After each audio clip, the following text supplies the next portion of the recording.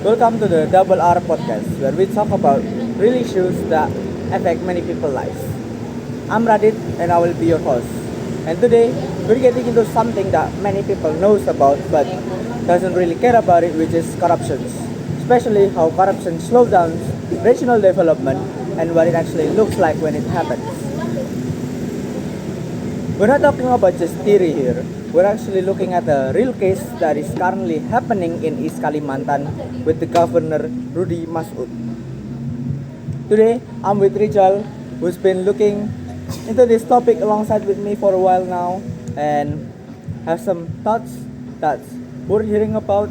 So, Rijal, welcome to the show. Yeah, thanks for having me, Radit. Honestly, I'm glad that we are talking about this case. The people are actually aware of this case, but they don't really dig into the details. That's right. People hear the word corruptions and they just accept it as a background thing. People be like, "Oh, it's corruption. It's the system that is wrong. I'm just an ordinary person. I can change the system. Blah blah blah, etc. etc." But if you actually look into the details and see what it does to many people, what's the consequences, it hits different. Yeah, exactly. They just say, "Oh, corruption again," and move on. But the effects are very real and very specific. That's right. So let's start from the basic here itself. Why does corruption slow down regional development? Because I think before we get into the East Kalimantan case, we need to know the fundamental here. So, the way I see it, the main problem is always about the budget. The government gets the money, right? Yeah. But when the corruption is happening, they just disappear, they're gone. And the result is what?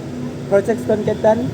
Yeah, projects don't get done, or they get done, but in a bad quality. Like the road that built last year, they are already falling apart. That shows us that how bad the quality is. So you're paying at the full price but get half of the product, yeah, basically. Yeah, exactly. And the people who suffer is they that use the roads every day. Yeah. And that's what makes it so frustrating to talk about because the people that are making these decisions are insulted by the consequences. No, they don't use the road in a broken down conditions. No, they don't send their kids to an unfunded school. So there is no personal reason for them to care if the quality is bad or not. Uh, there is right. You're right. There is no accountability that comes from living with the result. That's right. So let's get into the East Kalimantan case here specifically because I'm looking at my notes and I see that the government Rudy just bought a very expensive car. Not just any fancy car. It's about 8.5 billion rupiah and he also used it. No, he also used the regional budget to buy it. So it's not like from his personal wallet. I think that is a lot of money, right?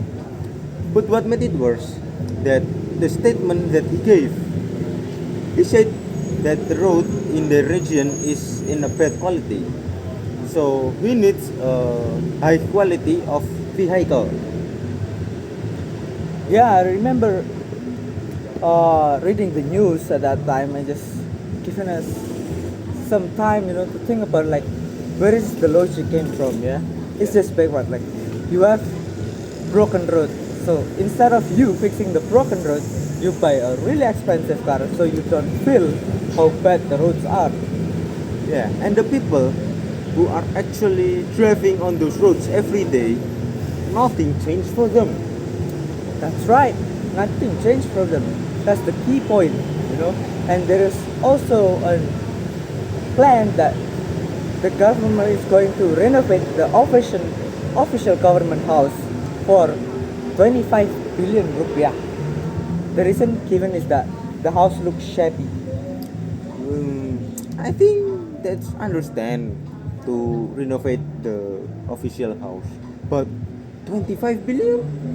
That's a lot of money.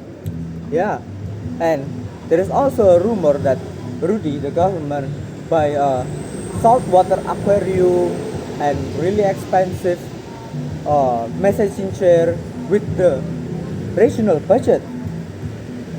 And when you put that on a list, it starts to look like the governor using the regional budget like their own personal wallet. That's what I thought too. Yeah, I think that's what make it people so angry about it. It's not just about numbers. It's about signals. It signals that the people that are responsible for these regional budgets does not care about the public. Yeah, and that is really damaging thing for trust, not just for the governor, but trust in the whole idea of government. Like, what is the point of paying taxes and following the rules if this is how the money gets used? That's right, which is exactly conversation like this matters. Not because podcast is going to fix corruptions, but it makes people aware that the corruptions that is currently happening around us, and it makes it harder to just accept corruption as a normal thing. So here's where we landed, yeah. After looking all of this, the thing that is currently going on in East Kalimantan, and there is also definitely corruptions around Indonesia. The corruption is slowing down regional development, and it makes people suffer. The greediness of these regional leaders what turns a budget meant for the public into a personal fund. That's not a coincidence. That's a choice. Right. So as long as there is no accountability, the choice will keep being made at the sake of people's life. Yeah, I think that summarizes it up well. And I hope that people who listen to this take a moment to actually think about it. Because it is easy to feel powerless, but awareness is still the first step. That's right. You can't fix what you're not willing to look at. So I think that is all we're going to talk about here with Rizal. Thank you all for watching, and if you have any suggestions like what should we improve on, etc., you can leave it in the comment. And see you guys in next podcast. Next podcast. Yeah. Thank Bye-bye. you.